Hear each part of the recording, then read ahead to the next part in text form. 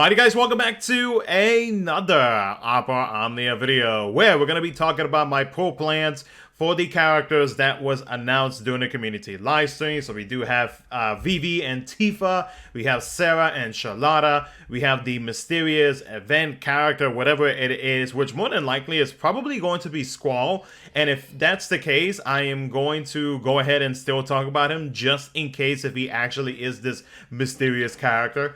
So I'll go ahead and include him in this video as well. We also have Mog, and then we're gonna end it off with Rubicante. So we're gonna briefly talk about what I'm gonna be doing with my pulls for each of these characters, and I'm gonna give a brief summary on their reworks, what new weapons they are getting, and whatever else that I feel like should be included in this video. So yeah, let me know down in the comment section below what your pull plans are going to be for the characters that was announced during the community live stream. And of course, if you guys do enjoy the video, don't forget to hit that like button and subscribe if you haven't so already. And yeah, let's go ahead and begin. So we're gonna start off with Vivi and Tifa. Now, Tifa is just gonna be getting force boards, and then Vivi, he's gonna be getting his FR, his BT, FR boards, reworks, on and so forth. Basically the whole package. So we're gonna start off with Vivi, and we are going to look into his rework real quick, because as of now, this is the only rework that he has actually had on the JP side. So we're gonna start off with his skill 1. It does gain additional uses. It does gain more Brave potency, and then the Fire Plus gains more Brave potency as well, which the Fire Plus does deal 4 HP attacks for those who are wondering. If you take a look at his skill 2, actually let me not zoom in too much on this. So his skill 2 gains 2 uses. His focus now deals 3 HP attacks in total with Brave potency increase, and then also it does give him the ability to be able to use Fire Plus, and that Fire Plus actually now recovers Brave in between HP attacks. Previously it was after the first HP attack, so the last one does not recover any Brave.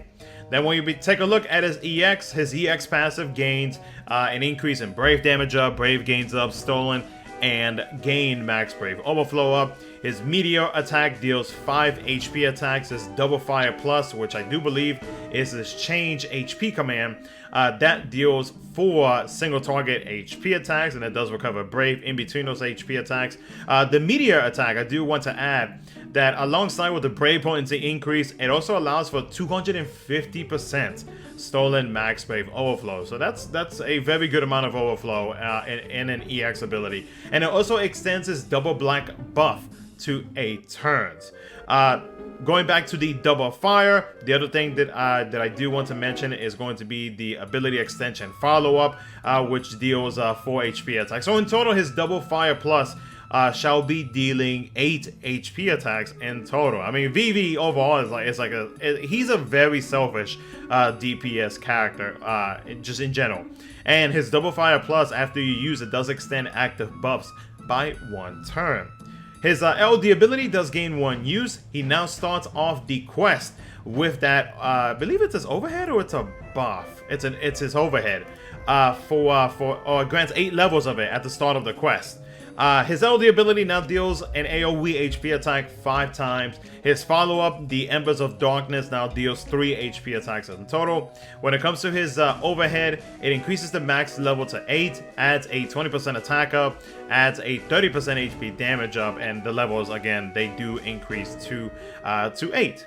Now, if we take a look at his FR conditions, they are pretty easy to meet, but he will be needing a little bit of help because of the fact that, well, I mean, two other conditions is going to be related to dealing fire damage. And the thing is, though, Vivi does not actually provide fire enchantment to the party. So, a 5% increase whenever a party member except for Vivi uses a fire ability, and this also includes off-turn triggers. A 10% increase whenever Vivi uses a fire ability, and this also includes off-turn triggers. A 20% increase whenever a party member has less than 100% of the HP at the end of the turn. Vivi with his follow-up pretty much like helps you out with that, so you are not going to have any issues whatsoever. Or if he uses LD ability. I do believe his LD ability does consume a party-wide HP, so that's also another thing. And then a 40% increase whenever a party member selects an ability, change from the Brave / HP attack. And let me take a look. Now that I because now I'm gonna wonder if I'm right or not. Yeah, self-harm HP on his LD ability and his follow-up is also the same. Okay, I needed to make sure just to be on the safe side. Now when it comes to his BT lasts for 8 turns.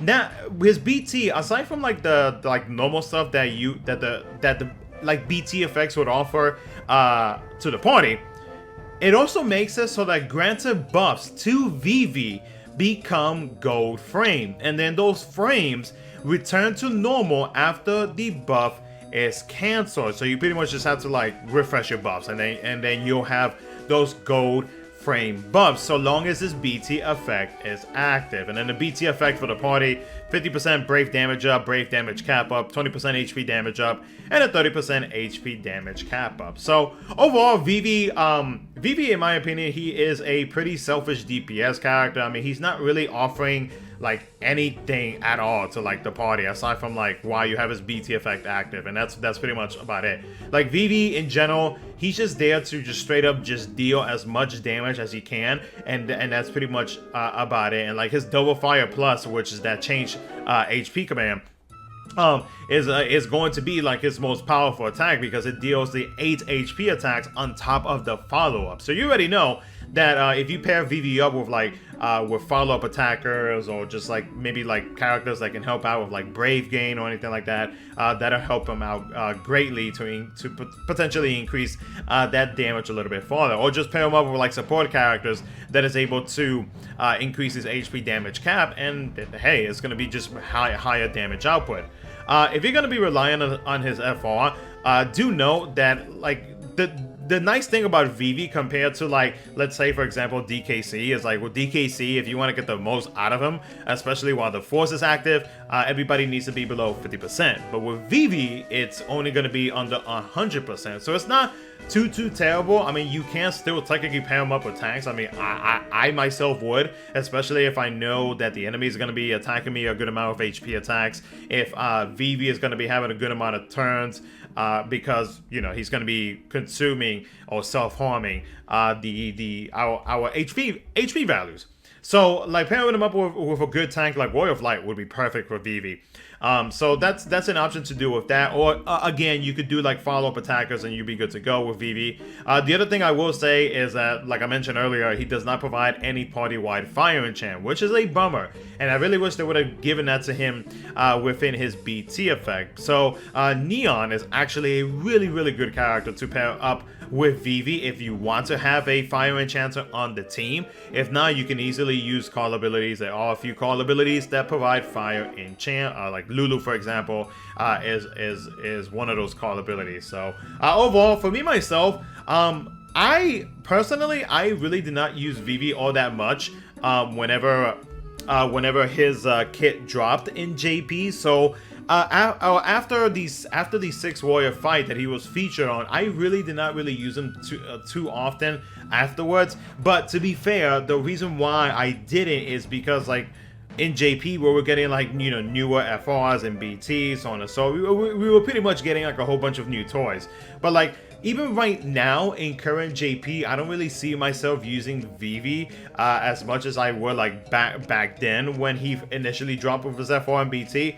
So I think this time I am actually going to hold off on pulling on Vivi. Not to say that because of my decision he is like a bad character or anything like that. It's just the fact that, well, I didn't really use him like that. And so like I'd hate to pull for him and it'll be the same situation again, but on my global account. So yeah, I mean, like I said, Vivi, he's good at what he does, being a selfish DPS. He can definitely dish out some damage. He will need a little bit of help here and there with like a few things, depending on like how you're going to be using Vivi. In general though, like he is not a bad character whatsoever. I mean, if anything, if I manage to get his BT like on a free multi or something, like, I mean, hey, cool. But other than that, I don't think I'm going to be going too ham. At most, maybe I'll just throw some tickets to get his FR for like whatever ticket mission that's happening.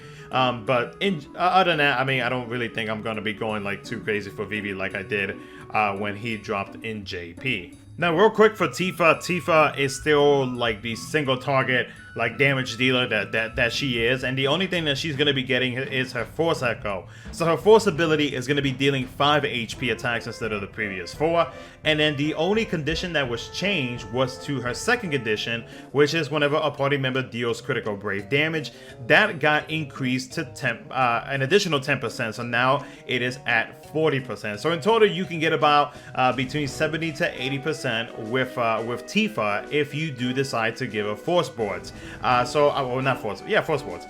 So for me myself, I already have Tifa, so I ain't gotta worry about it. So all I'm just gonna do is just upgrade her ability to be able to use Force Echo, and that's pretty much about it. But for those who are curious about Tifa, like I said, like she is a single target DPS like monster. Like she is definitely good at what she does, and like with Force Echo, it's definitely going to add on top of like what she is already going to be dealing. So definitely a strong single target DPS character to consider if you are needing yourself a single target DPS character. Next up, we're going to take a look at Serah, who's going to be getting her FR and her BT alongside with a rework. And then we also got Sherlotta, who's going to be getting a small rework and her Force board. So we're going to take a look at Serah. Now, Serah definitely got a pretty damn good rework in my opinion. I was debating if I was going to curse or not. But yeah, no, I do think that Serah did get a pretty good rework, and I do think that she is a character that some players should consider pulling for, just depending on like what you need exactly. So when it comes to her skill 1, it now dispels 2 buffs from all enemies with her Wound Plus, and it deals 5 HP attacks in total and is able to recover Brave in between those HP attacks. When it comes to his skill 2, it got 3 additional uses. It now deals an AoE HP split HP attack 5 times with Brave potency increase, allows for 180% stolen max Brave overflow, and then it also increases the party's Brave by 50%, previously it was 20%, of the HP damage dealt after the last HP attack. When it comes to her EX ability, her EX passive now adds a 80% Brave damage up, 40% Brave gains up, 40% stolen and gained max Brave overflow up. It grants attack up, a 70% attack up to the party for 5 turns, and a 20% max Brave up to the party for 5 turns. And then, when it comes to her EX ability, it now deals 6 HP attacks in total, recovers 50% Brave in between those HP attacks, deals 50% splash damage after the last HP attack 3 times. And then whenever attacking a broken target, it deals 100% splash HP damage to non-target. So it's almost like a full HP damage output just 3 times. Her Unchicken Will, which is I believe a buff, they added a 100% attack up, 60% max Brave up, 40% gained max Brave overflow up, a 10% Brave damage up per debuff up to 80% max. That is pretty high for a character. And a 20% HP damage up. And then finally with her LD ability, it did gain 1 use. Her LD ability now deals full HP damage. Previously it used to be split. It now increases the Brave by 50% of the HP damage dealt after each HP attack. And she does have the ability to get, or she gets free ability uses on her following turn. Her Tears of Hope, which I do believe is her buff.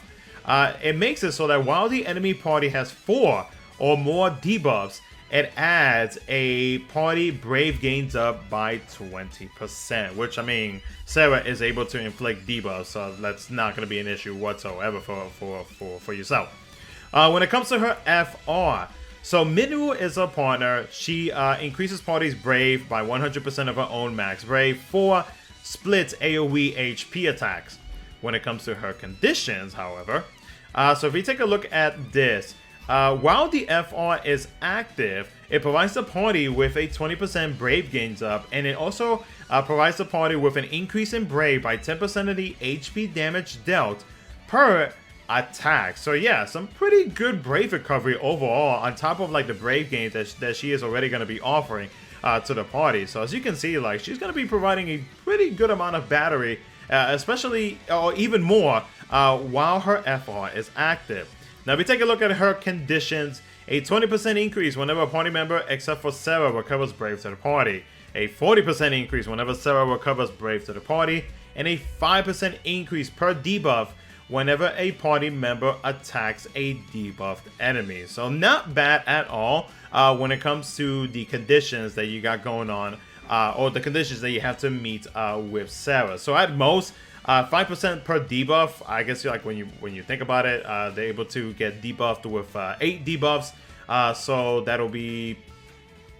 Well, actually, to be honest with you, I'm not entirely sure if that would actually count for one enemy, or actually it says a debuffed enemy. It doesn't say enemy. So yeah, so technically it would be a 40% increase right there. So overall in general, like Serah could actually provide a 80 to 90% increase in the HP damage bonus, and then everybody else will be able to grant about a 60 to 70% increase, depending if you're able to meet the first and last conditions. So the conditions are not too terrible to me. I mean, like 2 out of the 3 is pretty easy to me for either or. For Serah herself, well, for Serah it's gonna be easy because she's able to battle in general. But for like your teammates, it'll be like a different story. Now, her BT. So her BT, what it does is that it lasts for 10 turns, and she actually gains a follow-up with this. So basically, as you go up in the levels, and the way to increase the levels, because it is a stackable BT effect, and to increase it is whenever you are inflicting at least 1 debuff in a turn, it increases by 1 level. So if you take a look, let's just focus on the 3 out of 3. So the party is going to be gaining a gained max Brave overflow up by 40%, 30% HP damage up, 30% HP damage cap up, 30% Brave gains up. In the party will get an increase in Brave by 30% of the HP damage dealt per turn. So that is consistent amount of battery while you have Serah's BT effect active. It also makes it so that it provides the party, so long as its BT effect is active, of course, with an additional 10% HP damage up and a 30% Brave gains while you have her BT at 2 out of 3, which more than likely you're gonna have her at 3 out of 3. So we're just like, you know, focus on that and just act as if like I just did not mention that part. Anyways, we're gonna leave that in the video. I don't care.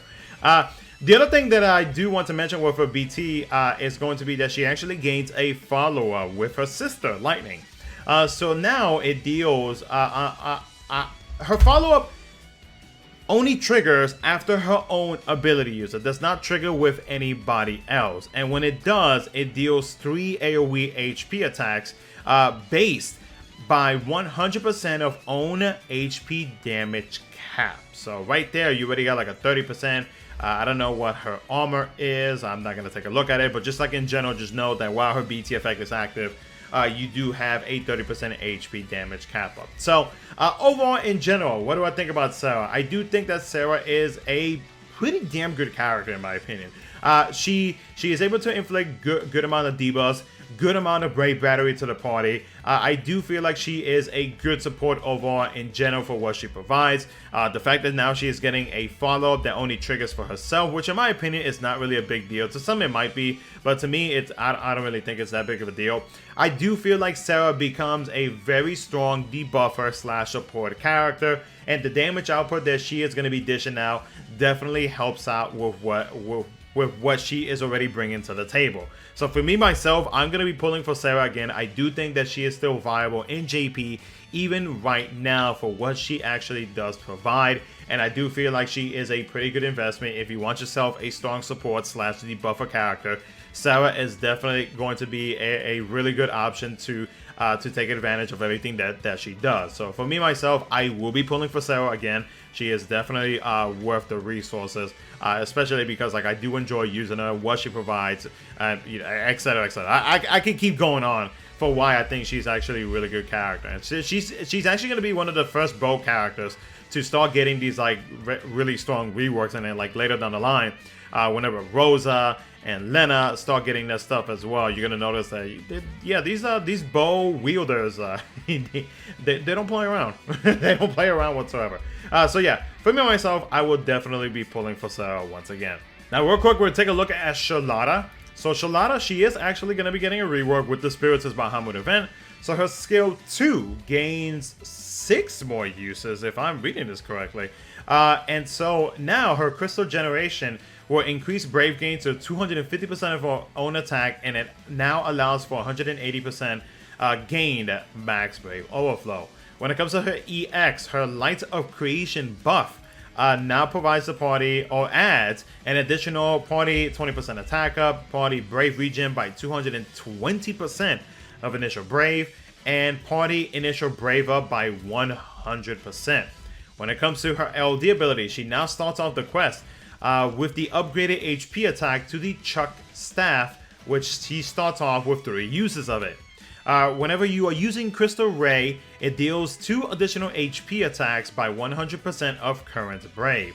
Whenever you are using the Chuck Staff, it increases Brave gain to 50% of max Brave, expands the Brave gain to the party, deals 2 HP attacks that deals 50% splash damage after each HP attack, and then her Relic Staff, which I do believe is her overhead, if I'm not mistaken, does add a 30% HP damage up. Now, when it comes to Sherlotta's Force Echo, so they added an additional HP attack to her force attack ability.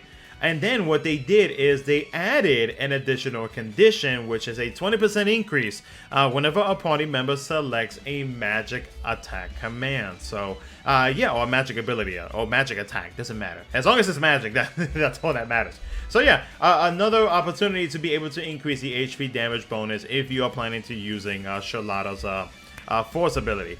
For me, I already have Sherlotta's kit, so I'm pretty much going to be getting the free upgrade. But for those who may not know, she is literally the Brave gains queen. Like, she is able to provide some strong Brave recovery to your team, and like, she does that extremely well. Now that she has Force Echo, like, she'll be able to charge up whatever Force ability that you have active, and that, of course, you know, that'll increase the HP damage bonus and whatnot. So Sherlotta, very strong support character, very good for Brave battering. When it comes to the Brave, what is it? Is it the Brave hits or the HP damage? I think it's the Brave hits.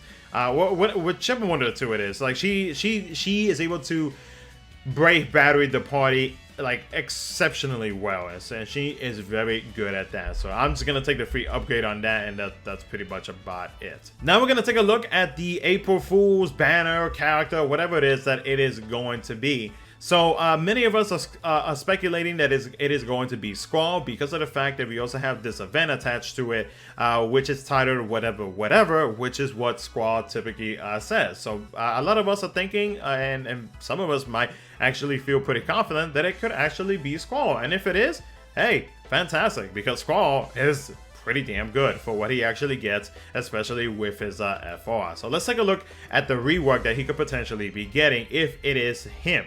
So when it comes to his skill Uno, his skill 1, his Solid Barrel Plus now deals 3 HP attacks that recovers 20% Brave after, but in between HP attacks. His skill 2 now deals 3 HP attacks in total. His Renzo Kuken Plus allows for 150% Stolen Max Brave Overflow and deals 100% splash damage to non-targets after each HP attack. So it's practically just full HP damage. His EX. His EX passive at the start of quest, they added a 40% Brave gains up and a 40% gained Max Brave Overflow up. His EX ability now deals 20% splash damage after each HP attack with Brave potency increase. And then his Lion Heart, which I believe is his buff, yes, adds a 30% HP damage up and a 50% stolen Brave damage up. When it comes to his LD, his LD now deals a single target HP attack 6 times. And then his follow-up now deals a single target HP follow-up attack 3 times. And it allows for 150% stolen Max Brave Overflow up. So the damage output is definitely there for Squall. They definitely upgraded him very, very well.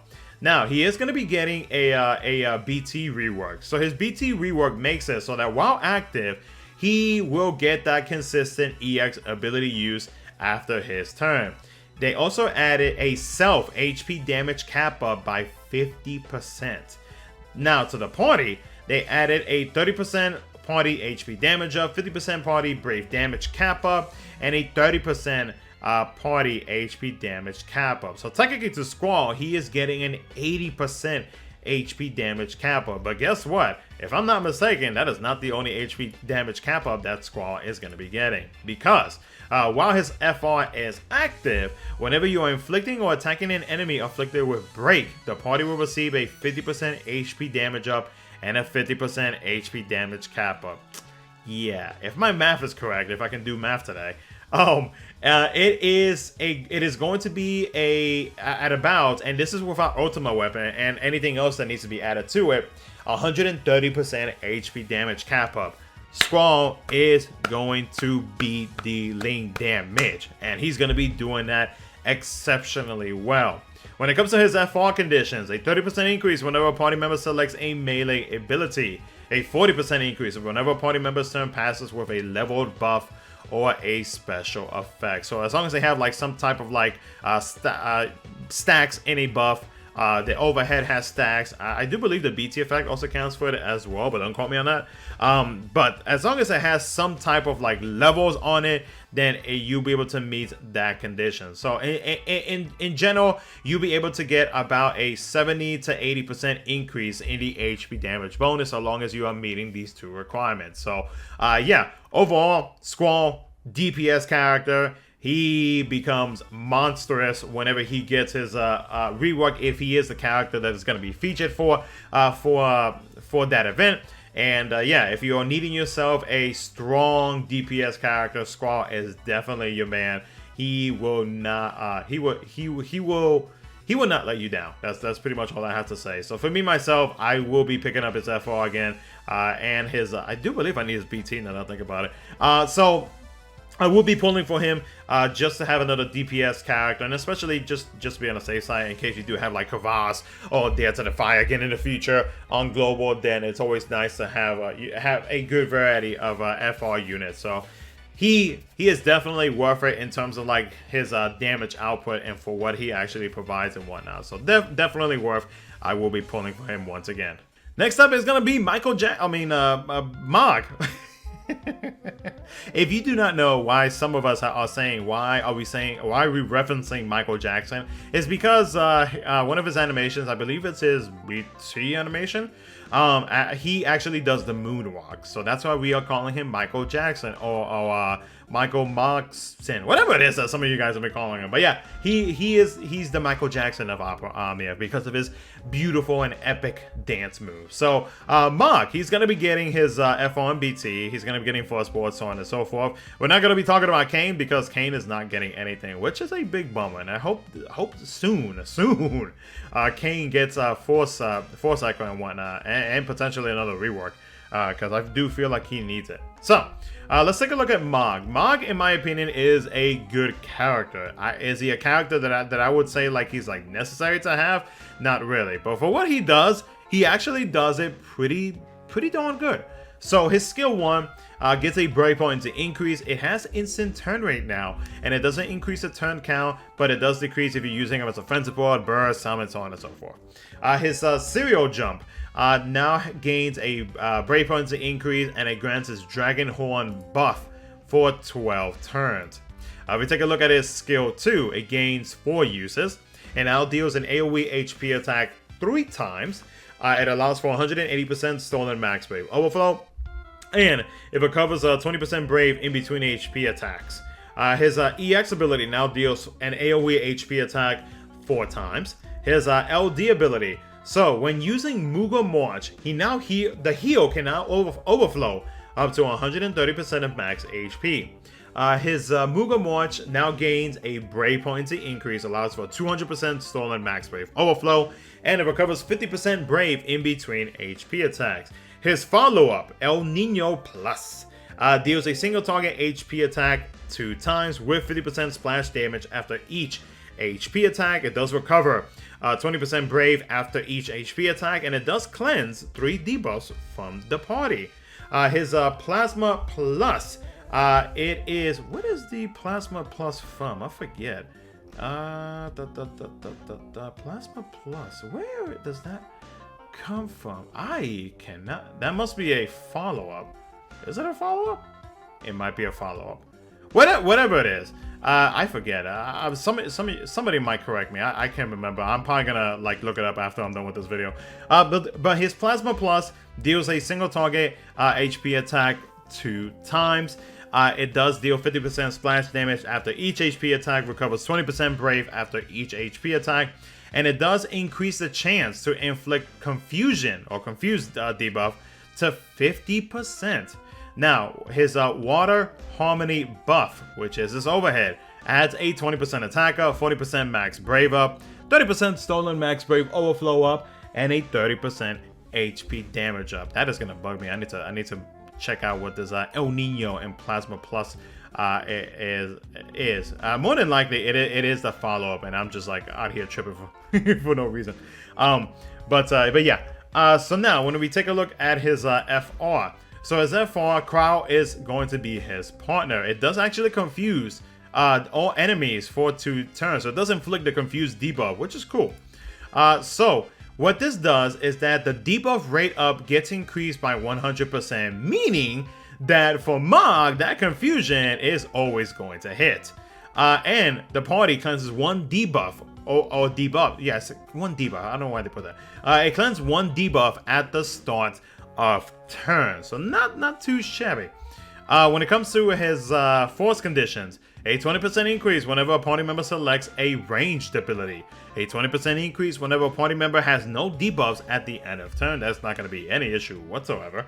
And a 30% increase whenever a party member attacks an enemy with a cannot act debuff, so paralysis, confusion, I guess no, not HP silence will not be counted unless you know that they are going to attack. Then yeah, that would actually count. But for the purpose of this video, we'll focus with paralysis and confusion. So yeah, the conditions are not hard to meet whatsoever. You just got to pair them up with ranged units, which I mean, you're more than likely not always going to be doing that, but at least you'll be able to meet the other two conditions. So that's not going to be an issue whatsoever. Now, if you take a look at his BT, so his BT, what this does is that it triggers Plasma, which is the it is a follow-up. Haha, I was right. So basically what this does is that he gains 2 follow-ups. That's pretty much what it is. Like 2 follow-up attacks, which is great. And especially if you have his FR active, then remember that when it comes to his Plasma follow-up attack, it does have that chance of inflicting confusion. If you have his FR active, then you are going to inflict confusion. It also provides the party with a 20% water enchant, a 50% brave damage cap up, and a 30% HP damage cap up, and then that's pretty much it. Which, in my opinion, is fine because, like, for what Mog does when it comes to healing, when it comes to cleansing debuffs, now he gains 2 follow-ups instead of 1. He's able to inflict confusion. I do feel like Mog is a pretty good character overall when you really take a look at it. Because, like, you know, if you include his follow-ups, while his BT effect is active, that's going to be 4 in total. So if you take a look, his skill 1, 3 plus 3 plus 4 is 7. I can't even say numbers.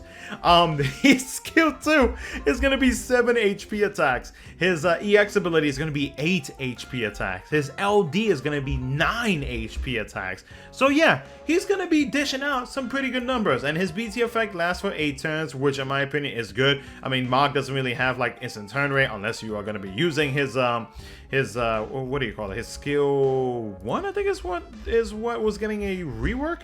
Oh, not a rework. Instant turn. One of these abilities has an instant turn. I forget which one it is.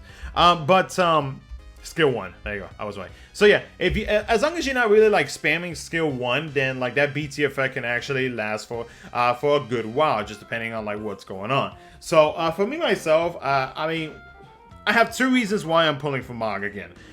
First reason, I do like what he does. Like, he has a lot in his package, and I do feel like that can actually be taken advantage of because you got a lot going on with Mog. Like, Mog can actually do a good amount of things for one character, and with him now having that double follow-ups, like he's gonna also add to what he does overall. he's gonna add a good amount of damage output. So I do feel like Mog, in terms of like his damage output and what he brings to the table, I do feel like he is really good at what he does.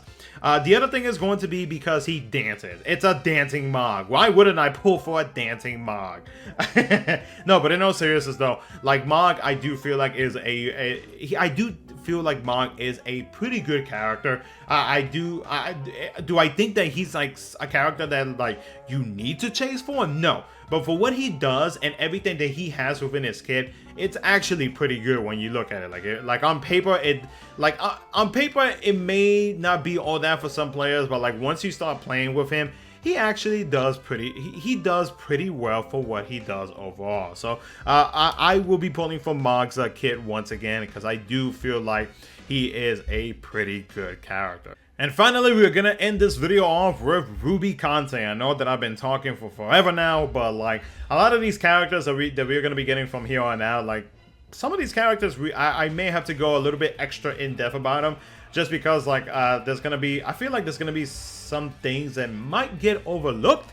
And so like with these type of videos and my should you pull videos, I want to make sure that I do cover everything when it comes to characters, and especially characters that I could potentially see that some players may not consider pulling for, just because maybe they're not like a hyped up character, or just like a well known character, so on and so forth. So but yeah, we're gonna end it off with Rubicante. Now Rubicante is definitely one of the most top tier tanks that we have in the game right now. He is still very much viable in JP right now. What he does is he is a counter tank. He is an FR charger, and he is able to deal fire damage at the same time. And with his BT effect, he is able to counter twice, and he does everything so well. He is a very top tier tank, definitely top 3 in my top 3 like tanks for current JP. So if we take a look at his kit, so his skill 1, what do you call it? Viagra. Yeah, the fire ability. Okay, it's been a long day. Leave me alone. So it deals 4 HP attacks in total. When it comes to his skill 2, his skill 2 is going to be his FR charging skill. It does heal HP by 100% of own max HP up to 9,999 of the max HP, and then any excess heal is distributed to all allies up to 40% of the max HP, and it also increases his brave by 80% of own max brave, and it does extend the duration of active buffs by 1 turn, so you do not have to worry about you losing your buffs on Rubicante whatsoever, and it does have instant turn rate. When it comes to his EX ability, Inferno, it grants the Face Me at full strength and the Fire Rubicante, both for 6 turns. It deals a AoE HP splits HP attack 5 times. It allows for 200% stolen max brave overflow, recovers 50% brave after each HP attack, increases his use of his skill 1 by 1, and inflicts fire resist down on all enemies by 6 turns. Now the Face Me at full strength provides him with the following buffs that you see here, and this buff is very important because this is the buff that is going to allow him to counterattack on brave and or HP attacks, and he does counter with counter fire, which I do believe is for his. I guess we'll get into it here in just a bit. So this is the stuff that he provides. The other important thing about this buff is that it draws the target of all enemies. So all enemies will always be hitting Rubicante. So you do not have to worry about inflicting a lock debuff on Rubicante, because like he has that cover with this buff. His Fire Rubicante, I mean, it just provides him with self buffs, and that's pretty much about it. Now, if you take a look at his LD ability, Scorched Earth, it grants the strongest of the 4 elemental Archfiends for 12 turns. Deals an AoE HP attack, full HP attack 4 times, allows for 180% stolen max brave overflow, inflicts fire resist down, grants fear ability use for 1 turn, and it recovers 20% brave in between after each HP attack, excuse me. His counter fire deals 2 HP attacks in total, it does increase the party's brave by 30% of the HP damage. Still allows for 180% stolen max brave overflow. So very nice overall in general for what he does. When it comes to his FR, so Leo is going to be his FR partner. So with this, it deals 4 HP attacks in total. It does grant that face man at full strength, which is that buff that I mentioned that is super important. While his force is active, right? So get this, 50% turn rate down, meaning that Rubicante is not going to be having that many turns, which is fine because Rubicante is a counter tank. So that's not going to be an issue whatsoever for you having that active. It also provides a 50% brave damage up and 50% HP damage up. And if I'm not mistaken, I do believe that is for himself, and that is about it. The other thing is going to be is that the heals HP back to 50% when dropping below. When it comes to his FR conditions, a 40% increase whenever Rubicante receives brave or HP damage. A 5% increase whenever a party member uses a fire ability, and this also includes off-turn triggers. And a 10% increase whenever a party member selects a fire ability. So yeah, the conditions for Rubicante's FR are not bad whatsoever. When it comes to his BT effect, it does last for 8 turns.